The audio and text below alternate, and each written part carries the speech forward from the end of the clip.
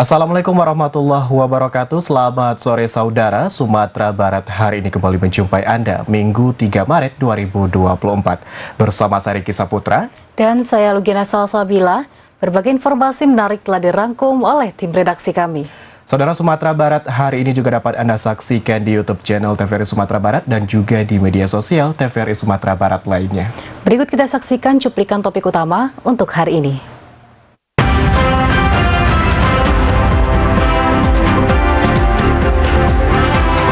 Kasus sabu-sabu dari Polda Sumatera Barat dilimpahkan ke Kejari Pasaman.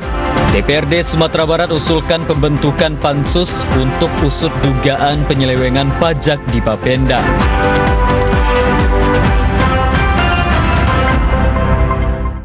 Kita ke informasi pertama, saudara. Kejaksaan Negeri Kabupaten Pasaman menerima penyerahan tersangka dan barang bukti kasus narkotika jenis sabu dari penyidik Polda Sumatera Barat. Kasus tersebut melibatkan 4 orang terduga pelaku dan barang bukti mencapai 885,40 gram.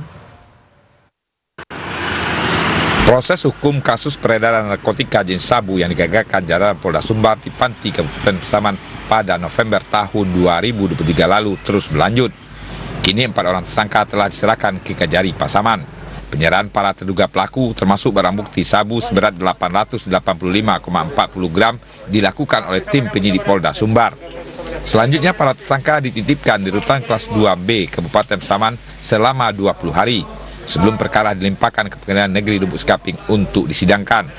Kejari Kabupaten Pasaman Sobeng Suradal mengatakan terduga pelaku terancam hukum mati atau seumur hidup sebagaimana diatur dalam pasal 114 ayat 2, subsidiar pasal 112 ayat 2, junto pasal 132 ayat 1 Undang-Undang Nomor 35 Tahun 2009 tentang narkotika. Para tersangka ini membawa narkoba jenis sabu dari Medan dengan tujuan Padang, Sumatera Barat untuk kemudian diedarkan di wilayah Sumatera Barat.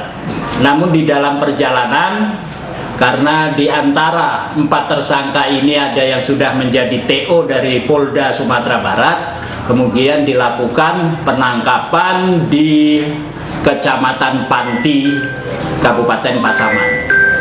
Dan pada saat dilakukan penggeledahan terhadap para tersangka ditemukan barang bukti diantaranya 1 paket kecil sabu seberat 0,5 gram dan paket besar sabu seberat 800 gram lebih.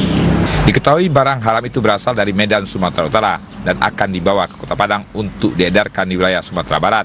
Namun dalam perjalanannya tepatnya di kawasan Panti Kabupaten Pasaman, upaya peredaran narkotika itu dapat dihentikan. Salah seorang terduga pelaku yang ditangkap merupakan target operasi tim Satres Narkoba Polda Sumbar. Dari Kabupaten Pasaman, Zulfikar, TVRI Sumatera Barat melaporkan. Anggota DPRD Provinsi Sumatera Barat mengusulkan pembentukan pansus panitia khusus guna mengusut dugaan pelanggaran, penyalahgunaan kewenangan dan pungutan uang yang tidak sesuai dengan aturan serta ketentuan di Badan Pendapatan Daerah. Anggota DPRD Provinsi Sumatera Barat Hidayat mengusulkan pembentukan panitia khusus kepada Ketua DPRD Sumbar. Pansus yang harus dibentuk guna mengusut dugaan pelanggaran, penyalahgunaan kewenangan dan pungutan uang yang tidak sesuai dengan aturan serta ketentuan di Badan Pendapatan Daerah. Hidayat menjelaskan usulan pansus tersebut berdasarkan beberapa poin, antara lain adanya informasi yang mencuat ke publik terkait dugaan pelanggaran kelola penyelenggaraan pemerintahan daerah, serta dugaan penyalahgunaan kewenangan dan dugaan pungutan uang yang tidak sesuai aturan ketentuan di Badan Pendapatan Daerah Provinsi Sumatera Barat yang nilainya mencapai miliaran rupiah. Menurut Ketua Fraksi Gerindra tersebut, selain menimbulkan kegaduhan di internal penyelenggaraan pemerintahan daerah, persoalan ini juga berpotensi menurunkan animo para wajib pajak kendaraan bermotor dalam membayarkan pajaknya. Dengan dibentuknya pansus ini diharapkan berbagai dugaan yang mencuat akan menjadi jelas dan mendapatkan informasi yang komprehensif. dugaan penyalahgunaan kewenangan, dugaan kutipan uang kepada pejabat Bapenda yang kami pikir tidak sesuai dengan aturan dan ketentuan. Nah, atas dasar itu, karena menimbulkan kegaduhan dan kegelisahan di internal, karena memang juga ada disinyalir uang ini mengalir kemana-mana, nah sehingganya untuk menciptakan kepastian hukum, dia tidak fitnah, dan yang paling penting itu adalah bagaimana animo wajib pajak kendaraan bermotor itu tidak menurun. Karena uangnya tidak dikelola dengan baik oleh pemerintah daerah melalui Badan Pendapatan Daerah. Itu yang penting, yang utama. Karena saya dapat informasi juga, beberapa pelaku usaha, dia akan tidak mau lagi membayar pajak kendaraan bermotornya. Karena memang uang yang kami bayarkan itu bukan untuk pembangunan, ternyata jadi bancaan. Itu dalam perspektif dia begitu. Nah, untuk menjawab itu perlu ada kepastian hukum, dan informasinya dari pemeriksaan inspektorat, saya masih menilai ini tertutup begitu. Usulan pembentukan panitia khusus dari fraksi Gerindra ini diharapkan segera ditindaklanjuti oleh Badan Musyawarah DPRD Provinsi Sumatera Barat sehingga segera mendapatkan titik terang secepatnya. Novika Nurkolbi, TVRI Sumatera Barat. Saudara, seorang anggota PPK Kecamatan Pasaman jatuh pingsan saat skor sidang pleno rekapitulasi perolehan suara di KPU Pasaman Barat. PPK tersebut diduga kelelahan dan dibawa ke rumah sakit Yarsi. Hingga tadi pagi, PPK tersebut sudah kembali pulih. Diduga akibat kelelahan selama proses rekapitulasi perolehan suara, seorang anggota PPK Kecamatan Pasaman pingsan di saat jeda rapat pleno di kabupaten. PPK tersebut diketahui bernama Dwi Lestari. Kejadian tersebut menarik perhatian peserta pleno dan sontak memberikan pertolongan kepada yang bersangkutan dan membawanya ke rumah sakit Yarsi Simpang 4 untuk mendapatkan pertolongan medis. Sesampai di rumah sakit, PPK ditangani oleh dokter. Pasien diduga kelelahan karena dampak proses rekapitulasi yang berlangsung cukup lama dan diduga kurang istirahat. Ketua KPU Pasaman Barat Alfi Syahrin mengatakan, kondisi kesehatan anggota PPK yang pingsan sudah mulai pulih dan bisa beraktivitas normal. Kondisi itu terjadi karena dampak volume kerja yang cukup lama di PPK hingga ke kantor KPU Pasaman Barat. KPU memastikan meski ada yang pingsan, proses rekapitulasi masih berjalan, meski sempat dilakukan skor sidang beberapa kali. KPU juga bekerja sama dengan Dinas Kesehatan untuk standby selama tahapan rekapitulasi. Memang waktu kita melaksanakan proses rekapitulasi rapat pleno terbuka di kabupaten semalam, itu ada jajaran peserta rapat pleno, yaitu kawan-kawan jajaran di PPK itu pingsan. Itu langsung kita eksekusi, langsung dibawa ke rumah sakit Yarsi. Dan alhamdulillah pagi tadi setelah kita konfirmasi yang bersangkutan sudah sehat. Itu kenapa anak-anak kelelahan itu gimana gitu? Berkemungkinan tentu itu orang kesehatan lebih paham secara detail terkait hal itu, berkemungkinan itu kelelahan. Informasi terakhir bisa dipastikan kondisi dia sekarang bagaimana gitu? Ya, informasi kita dapat setelah informasi dan sudah dicek oleh Pak Sek dan jajaran, alhamdulillah pagi ini yang bersangkutan sudah sehat. Saat hari pemungutan dan hitung suara 14 Februari lalu juga terdapat beberapa PPK dan KPPS yang sakit dan sempat mendapatkan perawatan medis dan kembali pulih. KPU memastikan hingga saat ini tahapan pemilu berjalan aman dan lancar.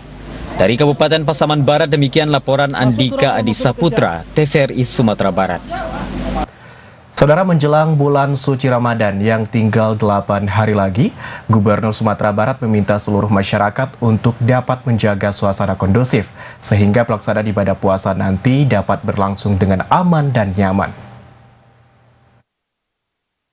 Dalam rangka menyambut bulan suci Ramadan, Gubernur Sumatera Barat Mahyildi Ansarullah mengajak masyarakat untuk dapat menjaga suasana kondusif dan saling menghargai antara satu dengan yang lain. Hal ini karena dengan terciptanya suasana aman, nyaman, dan kondusif, masyarakat terutama umat Islam dapat menjalankan ibadah puasa dengan khusyuk. Masyarakat diharapkan dapat menyambut bulan Ramadan dengan hati yang bersih dan penuh semangat, karena Ramadan menjadi momentum dalam memperkuat persaudaraan serta meningkatkan keimanan dan ketakwaan kepada Allah. Di samping itu, masyarakat juga diminta tidak cemas dalam memenuhi kebutuhan pangan selama Ramadan, termasuk Idul Fitri nanti, karena pemerintah terus berupaya memastikan ketersediaan kebutuhan pangan masyarakat dapat terpenuhi dan dapat dengan mudah dijangkau oleh masyarakat. Maka usaha itu kepada warga masyarakat di dalam memasuki bulan Ramadan dan kemudian juga Idul Fitri nanti, maka mari kita bangun semangat saling menghargai dan kemudian juga semangat bersinergi ya, sehingga suasana Ramadan dan kemudian juga Lebaran nanti akan bisa lebih kondusif, karena hadirnya suasana yang kondusif akan memberikan jaminan leluasanya kita beraktivitas dan kemudian juga lancarnya untuk distribusi barang-barang dan kemudian juga leluasanya kita untuk melakukan aktivitas harian tentunya, insya Allah. Masyarakat terutama generasi muda juga diingatkan untuk tidak melakukan aktivitas yang dapat mengganggu keamanan dan ketertiban seperti tawuran, balapan liar, minuman keras, narkoba, serta perbuatan dilarang lainnya. Bima Prasetya, Joni Bakri, TVRI Sumatera Barat. Saudara, bertindak sebagai inspektur upacara puncak peringatan HUT Satpol PP dan Satlinmas, Mendagri RI Tito Karnavian berpesan pentingnya peran Satpol PP dan Satlinmas bersama jajaran TNI dan Polri untuk kesuksesan pilkada yang akan dilaksanakan serentak pada 27 November 2024 mendatang. Beginilah momen puncak peringatan Hari Ulang Tahun ke-74 Satuan Polisi Pamong Praja atau Satpol PP dan ke-62 Satuan Perlindungan Masyarakat atau Satlinmas tingkat nasional tahun 2024. Upacara gelar pasukan dilaksanakan di halaman Istana Gubernur Provinsi Sumatera Barat, dipimpin langsung oleh Menteri Dalam Negeri Republik Indonesia, Muhammad Tito Karnavian, yang bertindak sebagai inspektur upacara. Mendagri RI Tito Karnavian mengatakan, Satpol PP dan Satlinmas memiliki tugas utama dalam menegakkan peraturan daerah, serta sebagai ujung tombak dalam menjaga keamanan dan ketertiban masyarakat.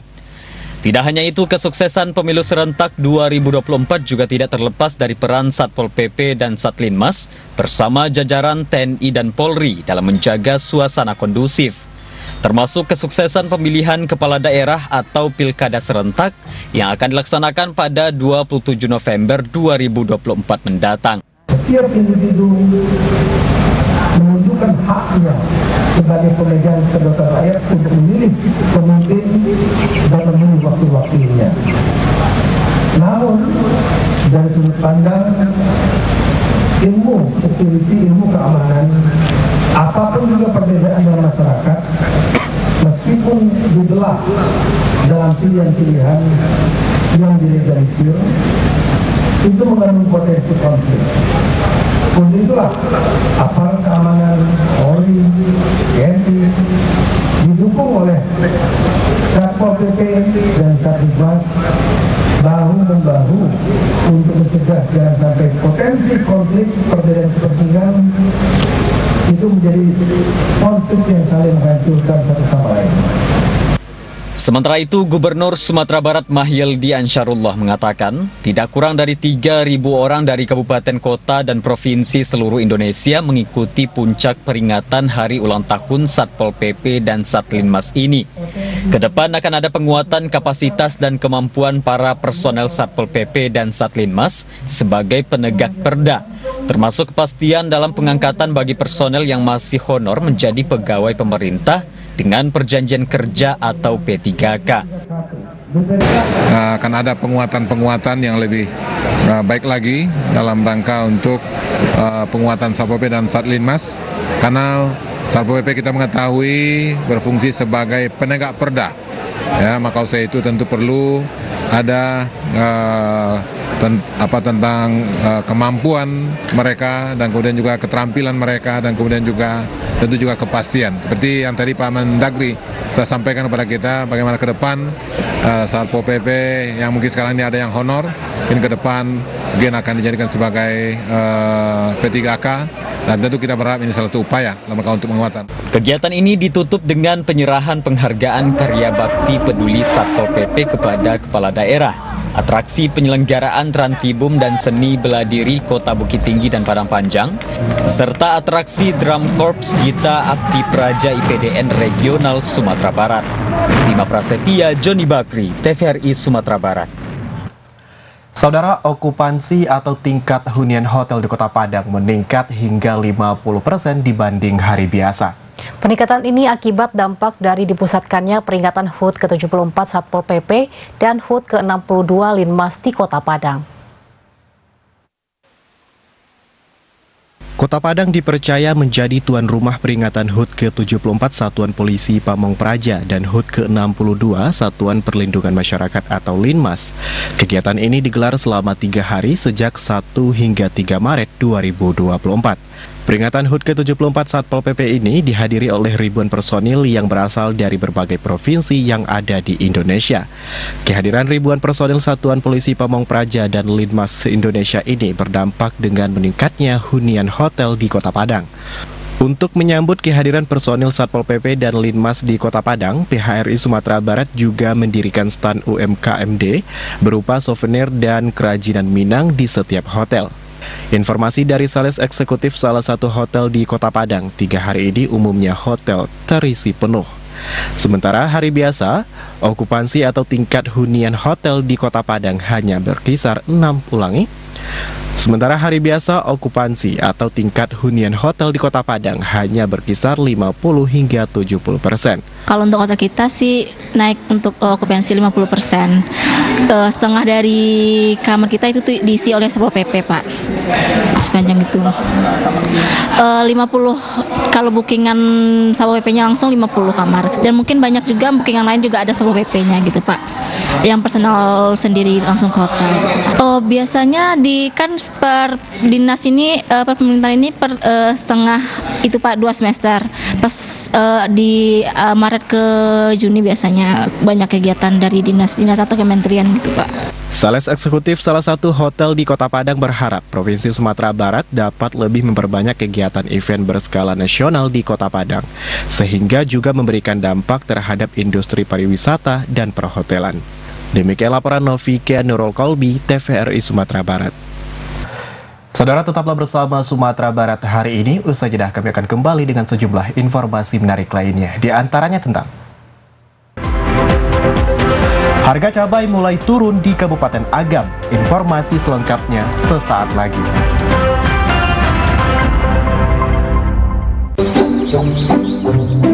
Jadi, Bapak Ibu sekalian, memang untuk penyaluran set-top box gratis wilayah ini, kamilah penanggung jawabnya. Benar, LPS lah yang berkomitmen menyediakan bantuan STB untuk rumah tangga miskin. Perkiraan jumlah rumah tangga miskin 6,7 juta. Ini sesuai PP 46 tahun 2021. Kominfo pun juga ikut dalam penyaluran STB. Pemerintah mempersiapkan sekitar 1 juta bantuan STB. Walah, jadi wilayah ini tanggung jawab TV swasta? Iya. Nah, jika Bapak Ibu ingin memantau info penyaluran STB, bisa lihat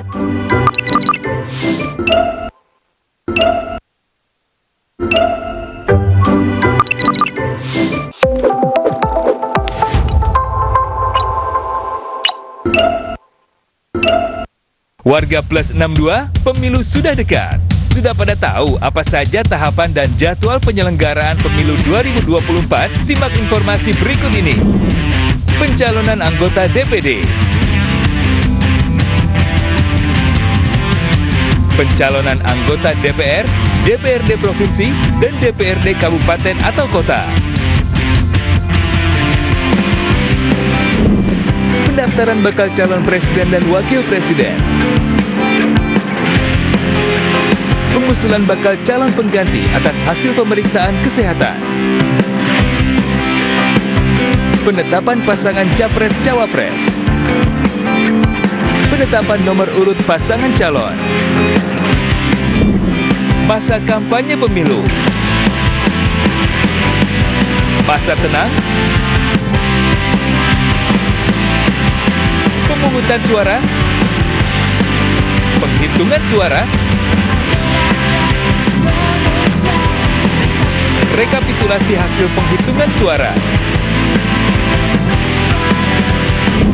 Suara rakyat, suara pemilu.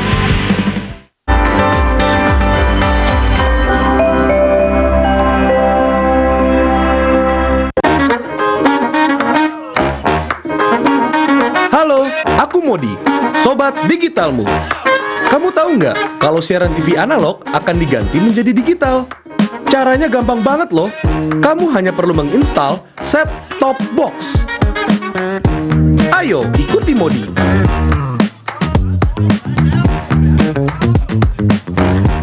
Siaran TV digital membuat gambar televisimu menjadi lebih bersih.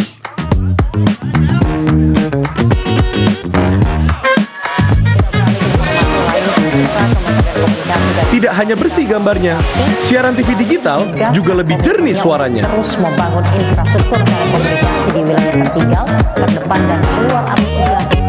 Selain membuat gambar lebih bersih dan suara lebih jernih, teknologi TV digital juga lebih canggih. Ayo, kita kembali ke lab. Ayo, segera bermigrasi ke siaran TV digital. Bersih gambarnya, jernih suaranya, canggih teknologinya.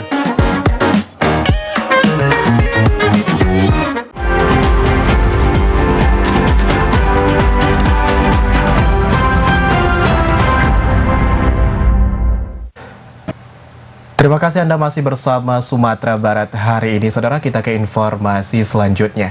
Meski sempat harga mencapai Rp80.000 per kilogram, harga cabai saat ini mulai turun menjadi Rp75.000 per kilogram. Meski demikian, sejumlah komoditi lainnya masih dinilai tinggi, membuat daya beli masyarakat melemah. Harga cabai merah di Pasar Ahad Nagari Duokoto, Kecamatan Tanjung Raya, Kabupaten Agam mulai turun. Harga yang sebelumnya dari Rp80.000 hingga Rp90.000 per kilo, kini turun menjadi Rp75.000 per kilonya. Pedagang sayuran Iwan mengatakan harga cabai merah dan cabai rawit sempat melonjak naik dari Rp60.000 per kilo menjadi Rp80.000 hingga Rp90.000 per kilonya. Kenaikan harga cabai ini diikuti sejumlah sayur mayur lainnya seperti kentang, beras, bawang merah, tomat, cabai rawit, cabai setan, dan terong. Kentang sebelumnya Rp12.000 per kilo naik menjadi Rp16.000 per kilo. Bawang merah kualitas terbaik dari Rp25.000 per kilo naik menjadi Rp35.000 per kilo. Tomat dari harga Rp10.000 per kilo naik menjadi Rp20.000 per kilo harga tertinggi. Untuk cabai rawit dari Rp50.000 per kilo naik menjadi Rp70.000 per kilo. Namun cabai rawit mengalami kelangkaan karena minim produksi pada masyarakat, sedangkan cabai setan dari Rp60.000 per kilo menjadi Rp90.000 per kilo. Main share di pasar ada 75, ada 82. Untuk selain lado yang naik apa sih? Kantang, bawang, tomat naik satunya. Rawit, nasi bumi naik 400. Lado biasanya berapa dah? Lado ada ke penurunan kalau besok hari Jumat petang ada 92. Sampai 100 ya. Saat ini dah sampai 100. Sebelumnya dah? Sebelumnya dia dalam minggu gua turun naik. Turun naik. Ya, ada 82, ada 92. Ini gua ada 75. Minggu lalu dia harga 82. Ya, di hari Selasa naik ya jadi 92. 92 ya. Hari Jumat. Kantang naik, bawang naik, rawit. Kantang biasanya Rp2.000, kini Rp60.000. Bawang besok Rp25, kini sampai Rp35 narancak. Narancak ya. Naik dah. Tomat ko lah lama dia ragu 8 balik 20 cara. 8 balik 20 ya. Kasih. Lagi lah doi ko kan. Besok 62, kini 92. Laduan nama gue? Ladu setan mau era. Iwan menambahkan kenaikan harga juga terjadi pada lobak, terong, dan sejumlah sayur mayur lainnya. Penyebab naiknya harga selain mulai memasuki Ramadan, sejumlah pusat produksi sayur mayur gagal panen, diduga akibat adanya bencana erupsi Gunung Merapi.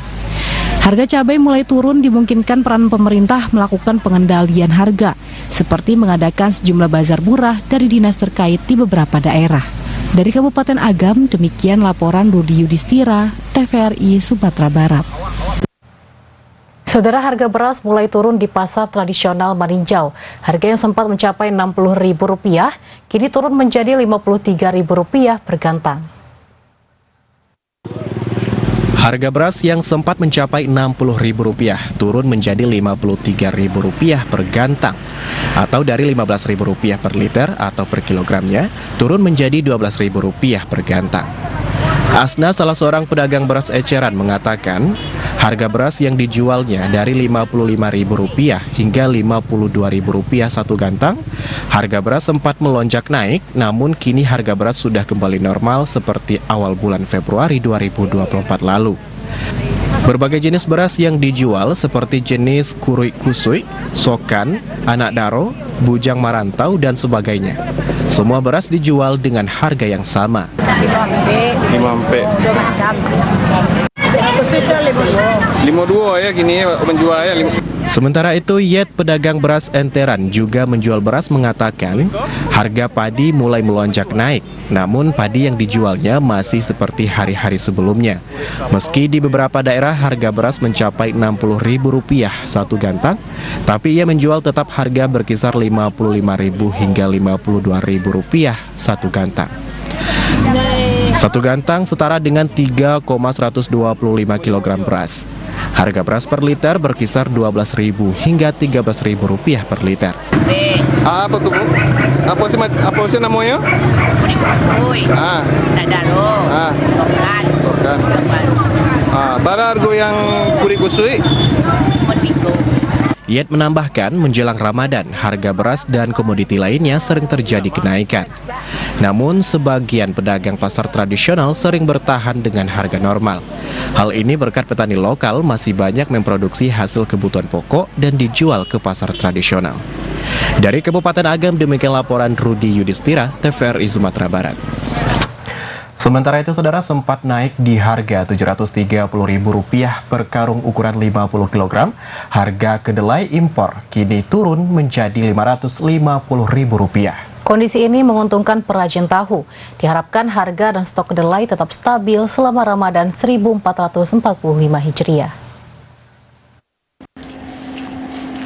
Harga kedelai yang terus turun sejak beberapa bulan terakhir disambut baik pengrajin tahu goreng di Kecamatan Payakumbuh Timur. Karena kedelai merupakan bahan baku pembuatan tahu yang memang sangat dibutuhkan oleh pengrajin tahu. Harga beli kedelai turun sejak beberapa bulan terakhir, membuat pengrajin tidak lagi kesulitan untuk memenuhi kebutuhan. Kondisi tersebut diharapkan bisa terus bertahan ke depannya, sehingga produksi tahu bisa berjalan lancar. Untuk pembuatan tahu, perharinya kebutuhan kedelai mencapai ratusan kilogram, sehingga naik atau turunnya harga kedelai sangat berdampak pada produksi yang dilakukan. Kedepannya pengrajin tahu berharap pemerintah bisa terus menjaga harga dan pasokan kedelai tetap stabil, khususnya selama bulan suci Ramadan, karena depresi kebutuhan kedelai akan meningkat. Inilah mulai turun lah 5,5 sekarung. Untuk karung ukuran berapa di balik itu, Bu? 50 kilo. 50. Dulu sampai 730. Ya kok dapat murah, tambah murah aja enggak ada. Basuh aja langka. Saat harga kedelai turun, pengrajin tahu akan berbanyak produksi, terutama selama Ramadan, sebab permintaan tahu biasanya meningkat dibandingkan dengan hari biasanya. Sementara saat harga kedelai tinggi dan pasokan yang langka, pengrajin mengaku tidak bisa menaikkan harga jual tahu dan hanya bisa mengurangi produksi. Dari Kota Payakumbuh, demikian laporan Edward, TVRI Sumatera Barat. Saudara, menjelang bulan Ramadan, masyarakat Darmasraya mengeluhkan naiknya harga telur dari Rp45.000 kini mencapai Rp52.000 per 30 butir. Selain telur, harga cabai merah masih bertahan di Rp80.000 per kilogramnya. Menjelang Ramadan, harga sejumlah bahan pokok dan sembako seperti telur dan cabai masih terbilang tinggi di pasar tradisional Sikabau, Kecamatan Pulau Punjung, Kabupaten Darmasraya. Masyarakat mengeluhkan naiknya sejumlah bahan pokok ini yang begitu signifikan yang mendekati bulan Ramadan. Kenaikan seperti telur yang semula harga Rp47.000 per papan atau per 30 butir, sekarang melonjak di harga Rp50 hingga Rp52.000. Salah seorang pedagang telur mengatakan naiknya harga telur dan komoditas lainnya membuat daya beli masyarakat menurun. Terlihat dengan kunjungan pasar yang sepi daripada biasanya. Menurut pedagang, naiknya telur disebabkan pasokan dari daerah sentral seperti Kabupaten 50 Kota dan Pariaman berkurang. Kalau menurut aku biasa aja. Tapi pasarnya ya agak sepi. Pasar sepi ya, daya beli masyarakat sepi. Modal-modal telur naik. Telur biasanya jual 3 sepapannya 48. Sekarang udah 52. Telur juga naik. Itu harapannya? Ya, harapannya ke depannya gimana itu. Kalau bisa turun harga gitu. Selain harga telur, cabai merah masih bertahan di harga Rp70.000 hingga Rp80.000 per kilogram. Hal ini membuat masyarakat yang berpenghasilan rendah mengeluhkan dan meminta ke pemerintah melalui pihak terkait untuk melakukan pengawasan supaya harga bahan pokok menjelang Ramadan stabil. Ya kok sampai harga lado turun dah. Jadi kami ekonomi begini gue awak dipayah aku mana di mana di kampung. Kok dapat mode presiden kini kok turun lah harga lado. Kok mode petani mode apa mau tuh sawit mau karet mau nanya. Biasanya beli cabai berapa biasanya? Biasanya sampai 70-50 gini kok mahal gini lado. Naiknya harga sembako di Kabupaten Dharmasraya telah terjadi sejak akhir Februari 2024 lalu. Dari Dharmasraya demikian laporan Muhammad Didit, TVRI Sumatera Barat. Saudara, pasar tradisional yang berada di area jalan raya membuat kondisi lalu lintas rawan kemacetan. Agar tidak terjadi masalah, jajaran Dinas Perhubungan Kabupaten Agam disiagakan secara rutin. Disinilah salah satu lokasi lalu lintas jalan raya rawan kemacetan di Kabupaten Agam. Selain di Pasar Padang Lua menuju Bukit Tinggi, jalan raya di Pasar Ahad Nagari Duokoto, Kabupaten Agam ini juga selalu macet di saat hari balai. Ferdian, petugas Dinas Perhubungan Kabupaten Agam mengatakan Pasar Ahad Duokoto salah satu pasar tradisional rawan kemacetan.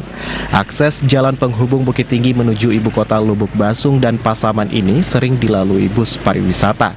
Di hari libur akhir pekan, pasar tradisional Balai Ahad Duokoto sering menjadi keluhan dari wisatawan yang hendak berlibur. Pasalnya, sering menyita waktu saat melintas pasar tradisional ini. Agar mempercepat penguraian kemacetan, Dinas Perhubungan Kabupaten Agam menugaskan 3 orang anggota untuk rutin menjaga lalu lintas Pasar Ahad. Meski di hari Minggu, jajaran pemerintah daerah Agam itu tetap bertugas mengamankan lalu lintas. Kalau kami dari Dinas Perhubungan Kabupaten Agam, ini salah satu giat rutin kita pengaturan di pasar tradisional seperti halnya saat ini bertempat di Nagari Duokoto, Pasar Balai Akai, yang itu rutin dilaksanakan setiap hari Minggu. Selain di hari Minggu, di mana saja lagi Pak? Kalau untuk selain hari Minggu, kami personil Dinas Perhubungan Kabupaten Agam telah ditetapkan berdasarkan wilayah. Itu ada pengaturan pagi seperti halnya kita menyeberangkan anak-anak untuk masuk area sekolah. Ferdian menambahkan selain Pasar Ahad juga terdapat pasar tradisional yang rawan kemacetan seperti Pasar Jumat Nagari Bayur serta Pasar Rabaa di Nagari Sungai Batang dan Pasar Koto Kacia. Selain mengatur lalu lintas di pasar tradisional, petugas juga mengamankan lalu lintas pelajar di sejumlah sekolah rawan laka lantas seperti di Simpang SMP Negeri 1 Tanjung Raya, MAN 4 Agam dan Sekolah Rasuda Syahid Maninjau. Dari Kabupaten Agam demikian laporan Rudi Yudhistira, TVRI Sumatera Barat.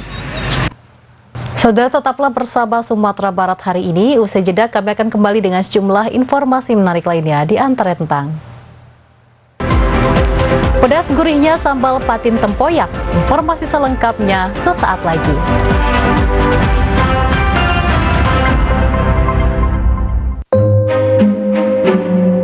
Anak si Mida, cucu Teh Roy.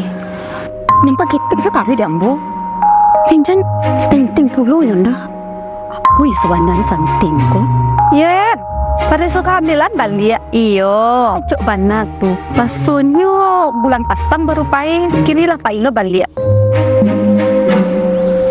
iyo unik. Ambo ikhtiar memberikan yang terbaik. Posyandu dekat sini di mana? Sajak dari kami. Makasih ya. Sehat yang kini mah. Dia banyak-banyak karena makan Yen. Apalagi kau sudah lama layan. Wih, gampang Yen. Bata diet lah diet. Insya Allah anak ambo aja asi eksklusif 6 bulan. Benjamin ambo aja asi eksklusif juga main. Sampai kini imunisasinya pun lengkap supaya anak sehat, cerdas kini hingga nanti. Betul sekali Ibu. Kondisi gagal tumbuh kembang pada anak atau yang dikatakan stunting itu karena anak tidak mendapatkan asupan gizi optimal. selama 1000 hari pertama kehidupan, dari janin sampai umur 2 tahun.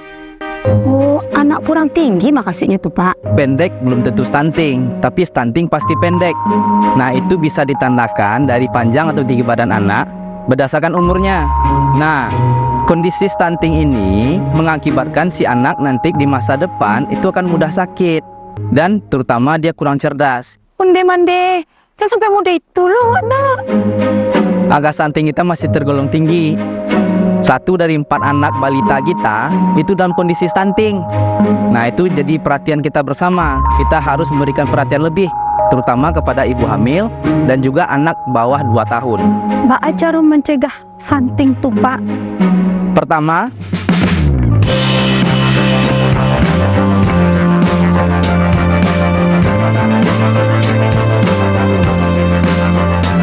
kalau adonan new diet supaya budinya gol balik, mbak tuh Pak. Yo, ado pulo tuh ibu yang ndak nio magi anaknya asi, mbak tuh Pak.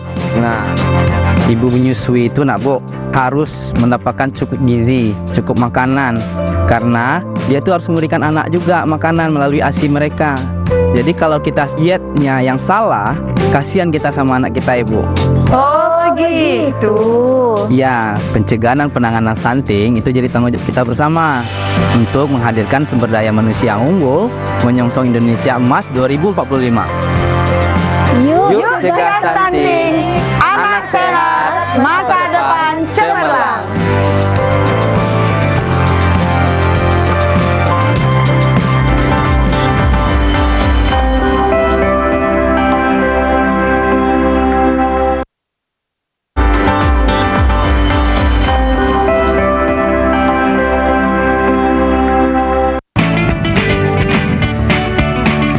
Gimana?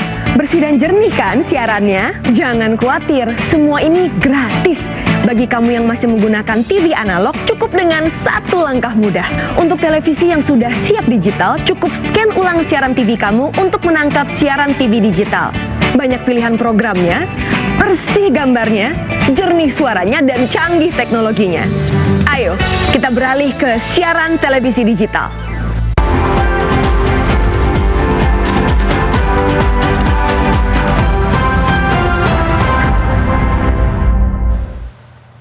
Terima kasih saudara, Anda masih bersama Sumatera Barat hari ini. Kita masuk ke informasi selanjutnya. Jalan Maransi, Kota Padang butuh pelebaran di sisi kiri dan kanan jalan.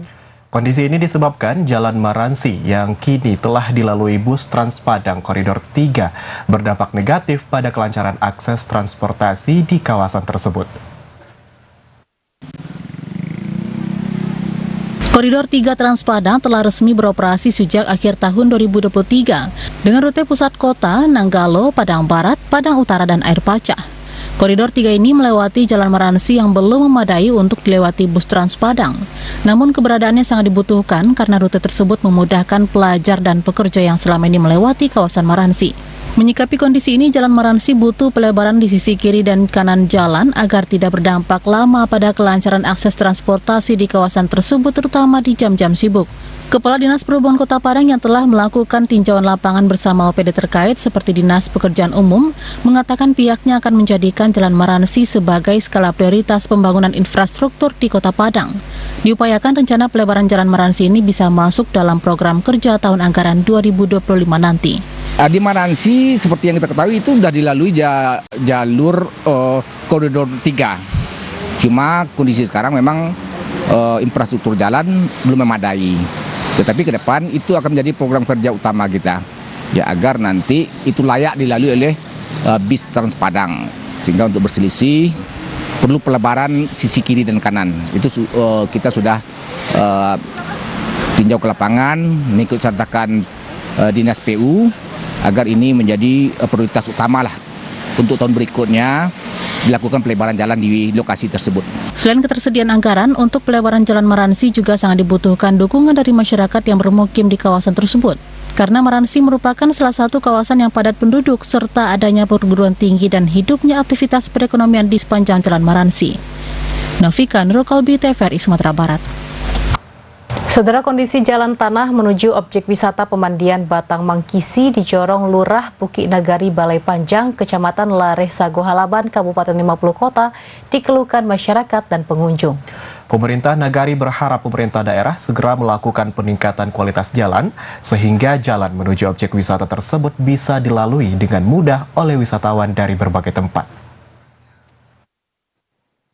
Masyarakat dan pemerintah Nagari Balai Panjang, Kecamatan Lareh Sago Halaban, Kabupaten 50 Kota berharap perbaikan jalan menuju objek wisata pemandian Lembah Mangisi bisa segera dilakukan pemerintah daerah pada tahun 2024. Sehingga objek wisata pemandian yang diresmikan awal Februari lalu bisa dilalui dengan mudah oleh wisatawan lokal maupun luar daerah.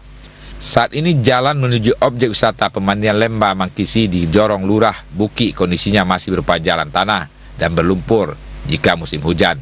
Kondisi tersebut akan mengganggu wisatawan yang datang untuk berkunjung. Perbaikan jalan menjadi jalan aspal nantinya sangat diharapkan sehingga akses menjadi lebih mudah dan cepat.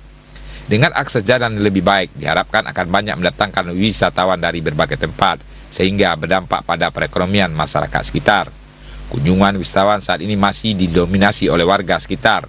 Jalan menuju objek wisata yang masih berupa jalan tanah menjadi salah satu kendala peningkatan jumlah wisatawan ke lokasi ini. Penunjangnya terutama sekali sekarang ini masalah jalan. Jalan kita buka kemarin ya, maupun anak desa yang masih di tanah. Dan kemudian sekarang sudah kita kurangi ya tanjakan yang ada kemarin dengan alat berat. Sehingga jalan ini memang menjadi prioritas pertama untuk kita selesaikan secepatnya. Pihak Nagari terus berupaya melengkapi berbagai fasilitas lainnya, di antaranya kolam pemandian anak dan kelengkapan lainnya, sehingga keberadaan objek wisata juga berdampak pada ekonomi masyarakat di sekitar kawasan wisata. Dari Kabupaten 50 Kota, demikian laporan Edward, TVRI Sumatera Barat. Kita beralih ke informasi lain, saudara. Dampak minimnya fasilitas bermain, warga Kabupaten Pasaman menjadikan halaman kantor Bupati sebagai objek wisata alternatif. Sementara ruang terbuka hijau yang berada di kawasan belakang ruko dinilai tidak memadai dan terkesan tertutup. Beginilah pemandangan saat sore hari di halaman kantor Bupati Kabupaten Pasaman. Halaman kantor yang kerap sepi di siang hari itu mendadak ramai saat sore hari, terlebih ketika cuaca cerah. Masyarakat terlihat datang silih berganti untuk menikmati suasana di sekitaran kantor Bupati. Ada yang hanya sekadar duduk-duduk dan juga banyak orang tua yang membawa anak-anak mereka untuk bermain. Sementara para remaja memanfaatkan luasnya halaman kantor Bupati untuk bersepeda atau menyewa sepeda listrik untuk berkeliling. Menurut warga yang kerap datang ke lokasi, mereka memilih halaman kantor Bupati sebagai tempat bermain karena memang tidak ada opsi lain untuk tempat bermain. Sementara ruang terbuka hijau di belakang ruko dinilai tidak layak dan terkesan tertutup sehingga membuat warga tidak nyaman. Kemudian halaman kantor Bupati juga dinilai lebih nyaman dan sejuk saat sore hari. Lokasinya juga ramah anak. Sering ke sini? Sering. Alasan memilih tempat halaman Bupati sebagai objek wisata ini apa kira-kira? Di sini lapangannya nyaman, luas gitu. Untuk fasilitasnya gimana, Kak? Kalau fasilitasnya ya memadai, misalnya anak-anak bisa main sini sepuasnya seperti itu. Anak-anaknya senang dibawa ke sini, Kak ya? Senang sekali. Selain di sini ada pilihan lain nggak kira-kira tempat bermain? Kalau untuk di Pasaman sendiri sih masih di sini yang sering dikunjungi ya Pak. Tidak hanya itu, sebagian remaja juga memanfaatkan halaman kantor Bupati sebagai lapak baca dengan tujuan tingkat literasi di kalangan remaja juga terus meningkat. Yang pertama kan kantor Bupati halamannya luas Pak, terus rumputnya juga enak kan untuk duduk, terus kalau sore-sore sini adem gitu, jadi rame orang yang main di sini, terus juga banyak kan orang jualan untuk anak-anak main bola gitu juga. Berarti untuk kenyamanannya bagaimana kira-kira? Kalau di sini nyaman, kalau untuk kita santai-santai di sore hari untuk main, apalagi kalau bawa anak kan main-main di halamannya luas, mereka bisa main bola, main pakai balon-balon juga gitu. Sering ke sini? Kalau saya masih beberapa kali karena buka lapak baca. Warga berharap keasrian di sekitaran halaman kantor Bupati Pasaman dapat terjaga, termasuk kebersihan lingkungan sekitar, sehingga lokasi itu dapat terus dimanfaatkan sebagai objek wisata alternatif bagi masyarakat sekitar. Dari Kabupaten Pasaman, demikian laporan Zulfikar, TVRI Sumatera Barat. Saudara, agrowisata Salak Pondo yang terletak di Panorama Baru menjadi satu-satunya agrowisata perkebunan salak di Kota Bukit Tinggi. Di lokasi ini pengunjung bisa merasakan sensasi memetik buah salak langsung dari batangnya. Salah satu agrowisata yang bergerak di sektor perkebunan salak di Kota Bukit Tinggi yang terletak di Kelurahan Panorama Baru dengan mengusung konsep petik sendiri langsung dari pohon salak menjadi daya tarik tersendiri bagi pengunjung. Untuk bisa mencapai lokasi, pengunjung hanya membutuhkan waktu 10 menit dari pusat Kota Bukit Tinggi. Maun, pemilik agrowisata Salak Pondo, mengatakan, meski sempat sepi pengunjung beberapa bulan terakhir, saat ini kunjungan agrowisata Salak Pondo kembali ramai pengunjung. Pengunjung berasal dari luar Kota Bukit Tinggi, seperti Padang, Payakumbuh, Pasaman, hingga luar negeri, seperti Malaysia. Untuk harga Salak Pondo dibanderol dengan harga Rp25.000 per kilogramnya.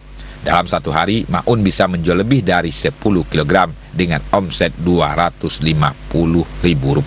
Bayarlah. Nah, untuk pengunjung sendiri bagaimana, Bu? Pengunjung atau di mana bah? Di orang mana? Orang Iya, orang yang datang itu. Iya. Banyak orang yang datang, Mari, Bu. Alhamdulillah. Itu dari mana orang yang datang, Bu? Dari Malaysia, dari Limasin, Padang. Alhamdulillah kini dia pernah malas no. Buka. Alhamdulillah itu kemarisin. Disangka sekali. Nah, ini agrowisata Salak Pondo bila buka ya, Bu? Buka dulu mana nam? Tahun 2000. Dari tahun 2000, Bu? Iya. Sampai kini? Sampai kini. Salah seorang pengunjung, Nifa, mengatakan agrowisata yang satu ini sangat cocok dikunjungi bersama teman maupun dengan keluarga di hari libur. Selain bisa memetik sendiri di kebun salak tersebut, pengunjung juga bisa merasakan manisnya Salak Pondo. Ada tadi sama teman, kami kan baru pulang kampus gitu. Terus jalan-jalan tengok panorama. Pas ke pulangnya, tadi ada kelihatan situ ada agrowisata Salak Pondo. Kami mampir di sini. Untuk harganya menurut kakak gimana, Kak? Harganya worth it sih, karena rasanya juga manis. Maun berharap agrowisata Salak Pondo lebih dikenal oleh wisatawan sehingga kunjungan terus meningkat dan berdampak terhadap peningkatan ekonomi masyarakat. Dari Kota Bukit Tinggi, demikian laporan Jeffrey Wahyudi, TVRI Sumatera Barat. Saudara, apakah Anda pernah mendengar atau mencicipi sambal patin tempoyak? Masakan yang satu ini termasuk masakan langka dan hanya akan ditemui saat musim durian saja. Masakan patin tempoyak sangat cocok ketika hujan karena memiliki rasa pedas dan gurih. Bagaimana liputannya? Berikut informasinya untuk Anda. Buah durian tidak hanya bisa dimakan secara langsung, akan tetapi juga bisa diolah menjadi aneka makanan. Salah satu menu yang cukup sederhana dari olahan buah durian yaitu sambal patin tempoyak. Tempoyak sendiri adalah buah durian yang sudah difermentasikan selama beberapa hari.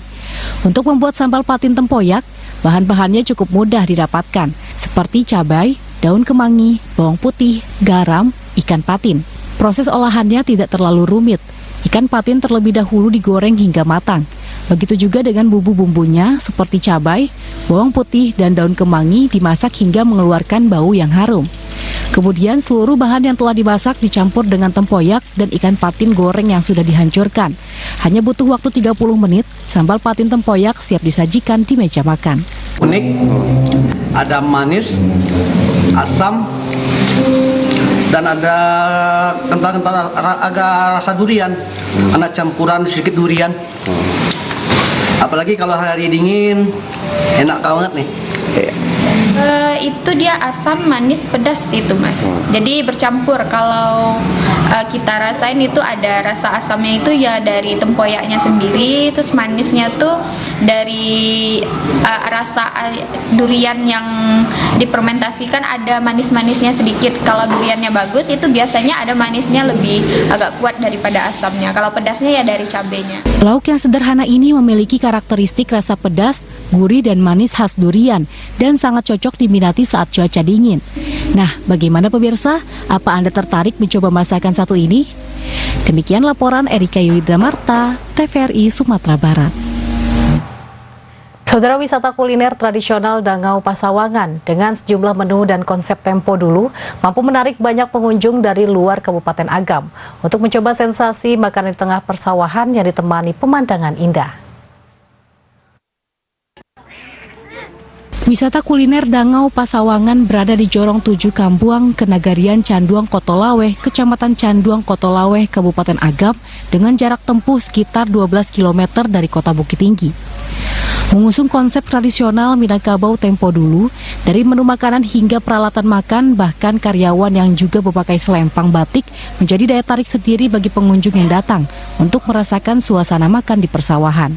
Untuk menu makanan mulai dari sambalado, panggang sape, telur barendo, sayur uwo, nasi yang dimasak juga dengan cara lama dan menggunakan alat-alat tradisional sehingga menciptakan rasa asli dan banyak diminati pengunjung.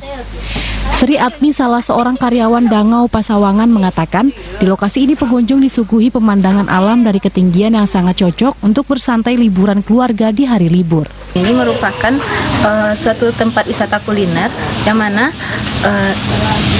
tempatnya ini merupakan mempunyai ciri khas tersendiri dibandingkan wisata lainnya.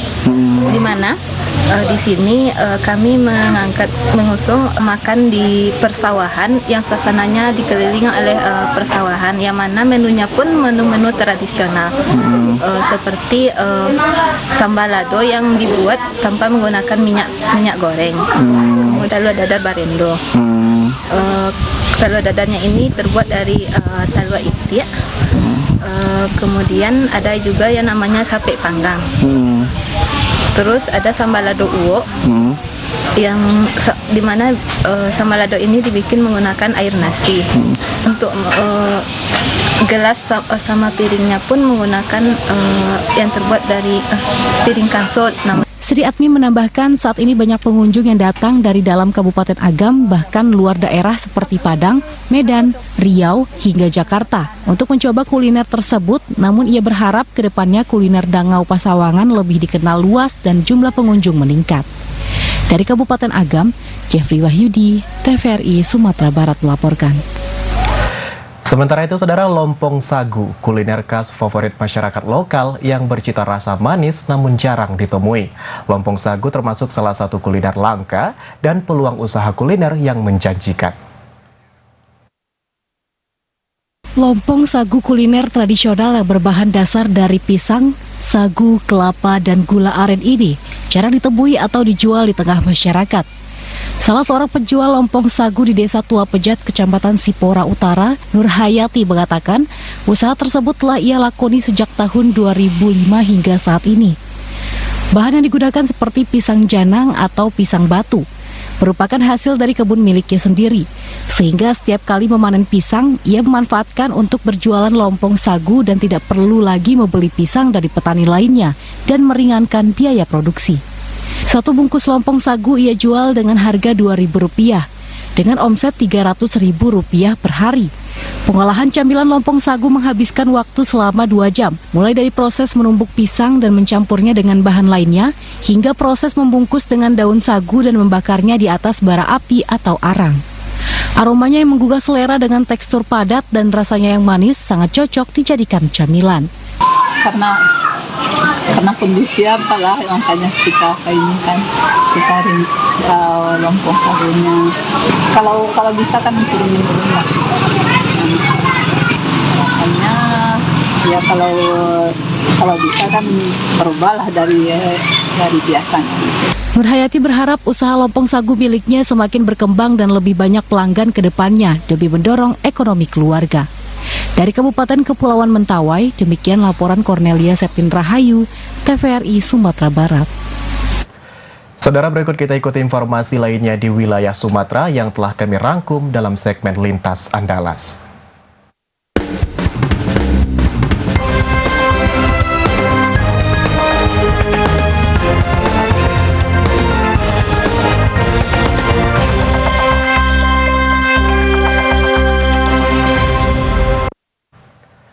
Forkopimda melakukan sidak pasar dan gudang sembako menyambut bulan Ramadan 1445 Hijriah. Meskipun harga sejumlah komoditi pangan terbilang fluktuatif, namun dipastikan stok sembako aman hingga 1 bulan ke depan. Guna memastikan stok pangan aman selama Ramadan 1445 Hijriah yang tinggal beberapa hari ke depan, Forkopimda Bangka Barat beserta Disperindakop menggelar sidak pasar dan gudang sembako di Mentok, Jumat 1 Maret 2024. Dari hasil pengecekan, harga sejumlah komoditi pangan di setiap agen, terutama beras harganya masih terbilang fluktuatif, termasuk harga cabai. Sementara itu untuk harga kebutuhan pokok lainnya, tercatat dijual dengan harga normal. Sidak diteruskan ke sejumlah gudang penyimpanan sembako yang terdapat di Kecamatan Mentok. Pemilik diingatkan agar tidak menimbun pangan. Jika ditemukan, akan dilakukan penindakan. Disebutkan banyaknya permintaan kebutuhan pokok ruahan di bulan Sya'ban juga dapat mempengaruhi harga pasar. Upaya menstabilkan harga kebutuhan pokok akan dilakukan dalam waktu dekat dengan kembali menggelar sidak pasar. Kita cek itu ada barangnya, ya. Memang kita akui ada beberapa harga yang mengalami kenaikan, tapi ini cukup fluktuatif karena memang saat ini banyak mereka kita di desa kita mengadakan kegiatan ruahan, itu juga mempengaruhi harga pasar, ya. Tapi insya Allah setelah kegiatan budaya adat kita selesai, nanti harga kembali lagi turun, dan biasanya juga menjelang Ramadan juga mengalami kenaikan. Kita akan selalu ngecek terkait masalah ketersediaan barang-barang dan juga mengecek ada tidak penimbunan barang, ya. Kalau memang ada penimbunan barang, ya kita tindak sesuai dengan ketentuan. Dan kita akan secara rutin dengan Pak Kapolres, dengan Pak Dandim dan teman-teman terkait akan mengadakan sidak pasar, sehingga nanti barang-barang kebutuhan pokok kita dan penting dalam suasana Ramadan nanti insya Allah akan tetap ada, dan insya Allah harganya masih memenuhi yang sesuai dengan head yang ada. Sidak pasar rakyat, pasar tradisional, dan gudang sembako Mentok selanjutnya akan digelar dan akan melibatkan BP POM Pangkal Pinang. Lantaran salah satu gudang sembako diduga tidak sehat dan sempat terhirup udara yang membuat sedikit sesak nafas petugas sidak. Dari Mentok, Bangka Barat, Hamdani, TVRI Bangka Belitung melaporkan. Saudara, informasi tadi sekaligus menutup perjumpaan kita pada hari ini. Saya Lugiana Salsabila. Dan saya Riki Saputra mewakili kerabat kerja yang bertugas. Mohon pamit undur diri. Terima kasih atas kebersamaan Anda. Assalamualaikum warahmatullahi wabarakatuh. Selamat sore dan sampai jumpa.